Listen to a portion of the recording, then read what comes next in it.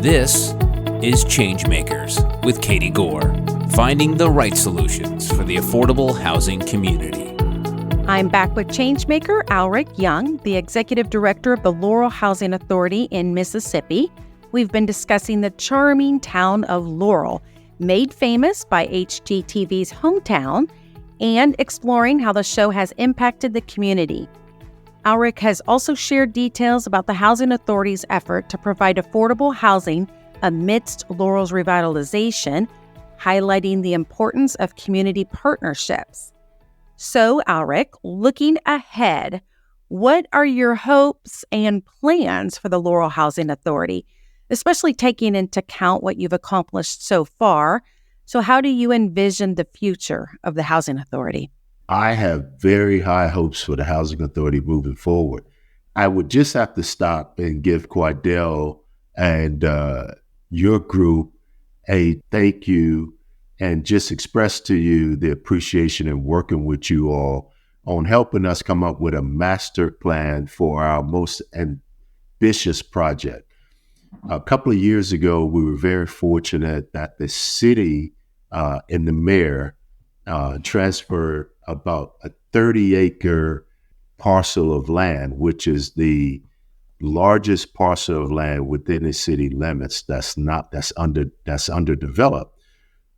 So when we worked with you all, contracted with you all to come in to help us develop this master plan of how we were going to develop this large parcel of land, it was just a fantastic partnership. And I think that the plan that you and your team presented to us at the end, it was just fantastic. And I just want to say that it included not only the different housing opportunities that we could put on this parcel of land, recreational opportunities, improvement of infrastructure for the entire area, and, commercial and retail space as far as creating some, as we like to say, quality of life improvements, providing those for those that we serve as well. But I'm so proud of that partnership and appreciative of you all, Katie.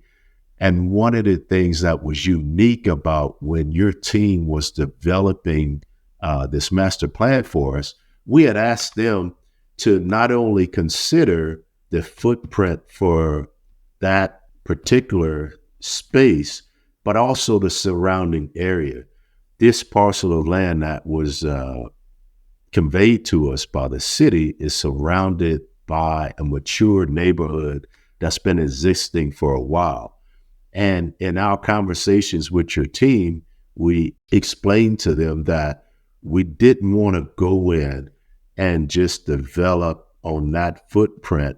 We wanted to develop that entire area, not only, that footprint, but how do we make an impact in this entire area and include the existing community, existing homes, and just improve the overall area, not just our footprint. And your team knocked it out of the park. What I thought was also impressive when they developed the plan, they included the stakeholders and homeowners in those areas and communities around this parcel of land. And that was so important because I think as housing authorities and development agents and what we do is for affordable housing, we have to be very conscious of making sure that we're having conversation with the stakeholders and the communities that we are going in and changing and what we think is for the better. We need input from those and buy-in. And I think you got to sit down up front with those entities and get that input so that when we do plan and we come up with a product, it's a product that is going to be beneficial for not just that footprint, but that entire area and knows everybody that's affected by that plan. And that's very important. I know a lot of times we talk about different communities. They don't want affordable housing in their areas. And I think that sometimes you're going to have those naysayers, but if you can go in on the front end and get them to sit down at the table so that they can be involved in the process, and at least you can get their feedback, I think there's going to be a level of respect there because you've allowed them to express their feelings about what you're trying to do, and at least you listen to them. Then, of course, on the back end, anytime that you can get more voices, more input, you're just going to have a better product on the back end. But I just think that your team did a great job of ensuring that the opportunity was there for those stakeholders and those homeowners in the area to have their input. And once your team presented the final plan and we bought off on that plan, we didn't have we didn't have any negative feedback from the community. They were very supportive. And not only that, we showed them not only what we plan to put there, but how through some infrastructure improvements and other improvements in not just our footprint, but the community, how we were going to improve that entire community. So it was just a win. And I credit your team for putting that plan together and just helping us, I think, getting that buy-in from the community and that input. That was very important. Thank you for that accolade because it was a very complex project. And I'm actually going to give a shout out to Demetria John because she did a remarkable job taking time to incorporate the community on the front end with all that planning. And now you see the results of that because you had community buy-in. So what a great project. And master plans are so unique for the community.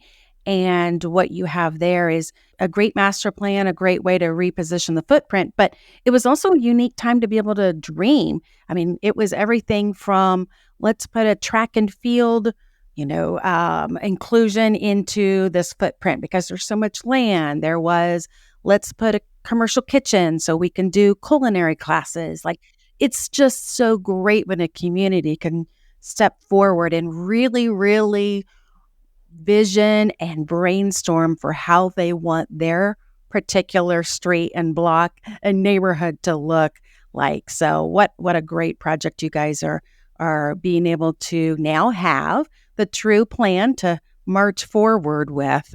Yes. And again, it just worked out wonderfully. And again, yes, your team, Demetria, it was just smart to have her part of this partnership with her experience and background, being a public housing director, having that experience. It just worked out wonderfully. And I can't express enough just the work that they did to ensure that stakeholder and community involvement in the project and how well that paid off. I mean, even to the extent that us having that master plan and you all helping put that document together and us having that document, there are times now when we're looking for funding and looking for opportunity, and the entity that we're approaching about funding and support of this project, the first thing they say is, hey, do you have a document that describes what you're trying to relay to us? And we're like, sure. And they're like, hey, having that document, that's going to be wonderful because we can show where you all's plan is just not in concept. You actually have a written plan, a blueprint for what you want to do here. So that's been a tremendous asset for us and helping us secure support, and not only support, just funding to try to move this endeavor forward. And of course, like I said, it's a very ambitious plan for our size city, but it'll be the largest housing development, as far as one project, probably that the city has ever seen. When you incorporate some of the costs of the infrastructure improvements, just the assortment of different housing opportunities, the commercial space, the retail space, it's just amazing. And again, I can't emphasize enough how much we appreciate your team and working with us and getting us to that point. And you get to take that plan to the state to also get buy-in, not just in your own community. And that's what I really like those plans, because now you can ask them to put some girth and coin behind this initiative too. Absolutely. And like I said, there's sometimes they'll say, hey, can you send it to me? Say, certainly, I'll have it to you in a few minutes because it's in electronic format. But it lays out everything that we've thought about, what we want to do on the property, that input that we've got, and the buy-in from the community. So it really answers all of their questions and provides all of the data information that they may need when they're looking at projects that, for funding and different opportunities. Speaking of funding, I want to transition because you are in a unique position that not many other people have been in. You have used your voice to testify before the House Financial Services Subcommittee on Housing. And the title of the hearing, when I was researching this and finding this out, was The Future of Housing in America. Quite an ambitious title. Tell us what it was like to testify. Would you change your testimony today? Reflect on that moment for us. Again, it was a great opportunity. I can't say that I would. I hate to say that I would change anything. Unless it's to get better. But a lot of times, we're where we are because of our experiences. But it was a unique opportunity to speak on behalf of some of our colleagues that are doing great work and trying to just push the ball forward as far as affordable housing and providing that testimony to our federally elected officials. And we were very fortunate that we had a relationship with our congressman, and I think that's how that was facilitated. But as you said, to get up and have the opportunity to talk about the testimony, what we're trying to do, how that relates to our colleagues throughout the region, throughout the nation, it just worked out to be a wonderful opportunity and something that we were grateful to have the opportunity to participate in. Speaking of also using your voice, you serve in numerous leadership positions. You've been on the NARO Board of Governors. You've also been president of the Southeastern Regional Council. Why is national advocacy so important for you, not just professionally, but for Laurel? I think it's very important because when we advocate, we are telling those decision makers and those policy makers what it is we need, but I think more importantly, why it's important. And when you have that opportunity to speak to those things, and that's something that's very important to me. It's not just about being in this profession, but I, like a lot of my colleagues, we really think that it's important that everybody have the opportunity to be afforded the opportunity to live somewhere that's safe, decent, and sanitary. Just the other tangible, positive things that are attributed to being in an environment like that. But just like I said, just the opportunity to get out and do that is something that I'm very passionate about. I understand how important it is that everybody have the opportunity for home ownership and that they deserve to be able to live somewhere, like I said, that's safe, decent, and sanitary. But also, some of my experiences in growing up, I lived very close to public housing, some of the largest public housing in New Orleans, but also I was very fortunate to have the opportunity to spend the summers with my grandmother, who lived in public housing for a couple of years uh, during her later years before she went to home ownership. So I got to see a very unique perspective. You know, like a lot of people, my grandmother was a very important person to me, and I looked up to her. So I thought a lot of her, and I understood that, a lot of times the clients that we serve, they're just right now down on their luck, and they want the same things that we want for their kids. They want this, they have the same ambitions, they have the same thing in life, but sometimes they just happen to be down on their luck. So in our profession, we have an opportunity to lift them up and provide some opportunities to help them make that next step where they may not need that help in the future. But, every now and then, most of us, have some adversity in our lives and need some help.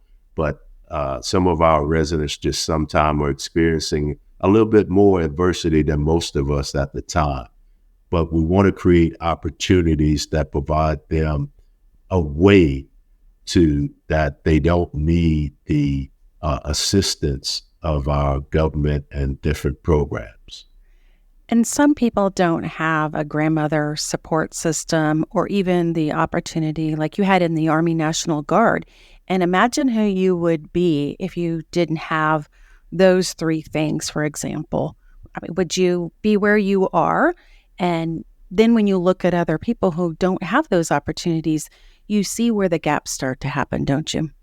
You do. I'm very grateful for the relationship and support system from my family, my grandmother, but also those opportunities that were afforded me through the ROTC, serving in the Army National Guard.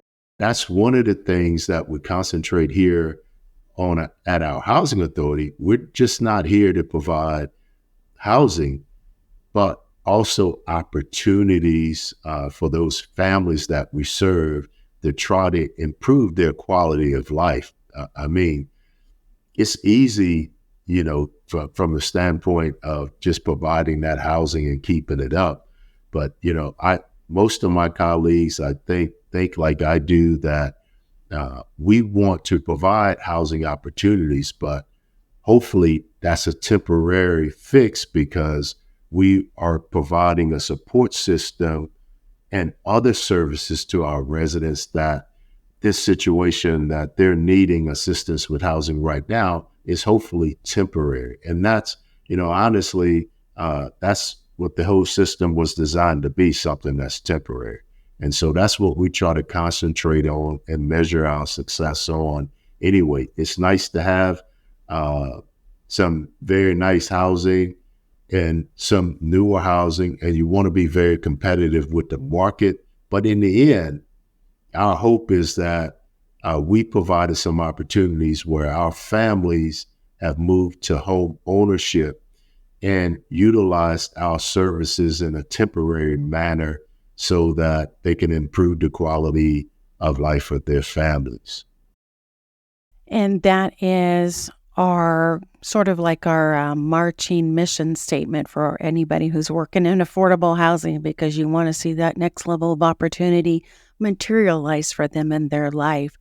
And what a privilege it is that we get to see that when it happens, and it really motivates us moving forward.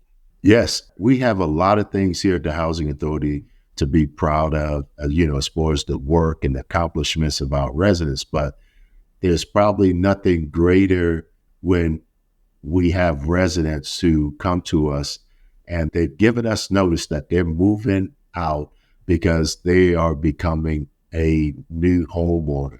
That's just a fantastic feeling, and just, gives all of us who serve here at the Housing Authority just a wonderful feeling that we know that, we've made an impact in that family. Hopefully we're making, impacts every day, but that's very impactful when we have a resident who's moving on to home ownership. Completely agree. Well, we started this podcast talking about your time in your service, and I would like if I could close out on that same theme, because I want to ask you a question. I saw in one of your many accomplishments that you've been awarded the Bronze Star Medal, and I believe you are our first podcast guest to actually have been awarded such a medal. So thank you for your service is what everybody says, but I personally just want to comment that it is so obvious of your service to community, to country, and it comes through when you're talking about home ownership and this passion that you have. Would you like to reflect on what it's like now today, knowing what you've earned in the Army National Guard, but then today, are you able to speak to young people? Like, what does it look like for you today, having been awarded that, and then with where you are professionally now? I don't speak to it very much. I am proud to have served in our armed services and had the opportunity to receive the Bronze Star Medal.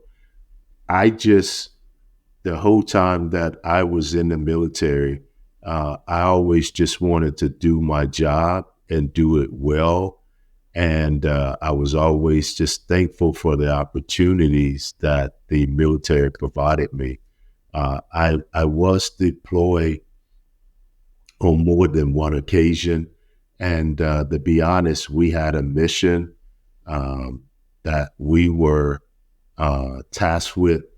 And it wasn't me by myself, but our team did a great job and really went above and beyond in accomplishing our mission.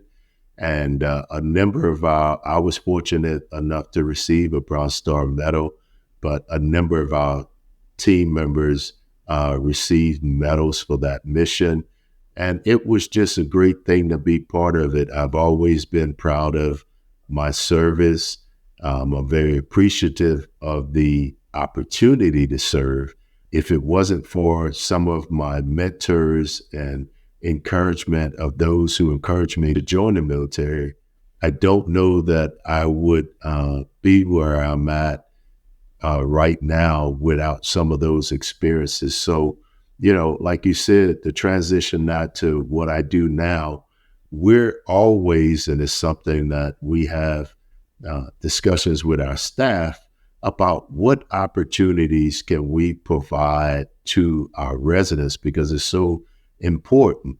Most of us are where we're at because of the opportunities we were afforded. And, because we're no better than the next person, sometimes the only difference is some of us, we had an opportunity. And so that's very important. It's very high on our list here at the Housing Authority, is ensuring that we're not only looking for those opportunities, but providing them to our residents and especially our youth to help them set a path for success. And a lot of times that's just providing opportunities. Thank you so much for sharing this wisdom. Again, I've been talking with Ailrick Young, Sr., the Executive Director of the City of Laurel Housing Authority. Well, Katie, again, thank you so much for having me. I don't understand how my name got on the list or how I deserve the honor, but I'm certainly appreciative of being on the podcast with you. And again, just thank you and your team for what you have helped us do here at the Housing Authority. And I hope that we have the opportunity to work together in the future. Thank you. Thanks for listening to Changemakers with Katie Gore. To find out more about Katie, go to quadel.com. That's QUADEL.com. This has been a production of Forbes Books Radio.